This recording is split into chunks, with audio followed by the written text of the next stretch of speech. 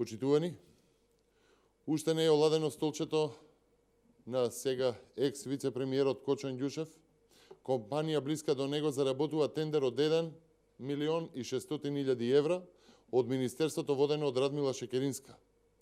На 30 декември 2019 година, само 2 дена пред Ѓушев и официјално да замине од владата, Шекеринска склучува договор за јавна набавка со Energy Delivery Solution, односно ЕДС, кој е во врска со Кочан Ѓушев.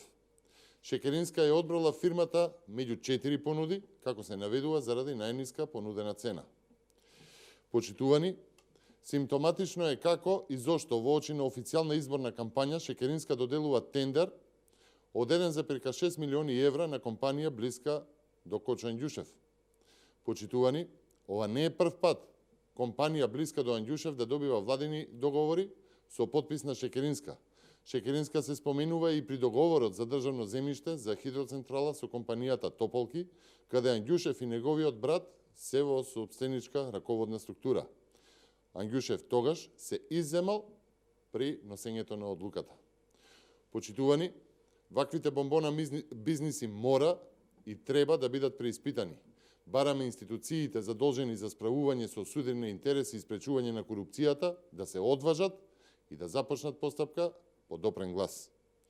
Ви благодарам.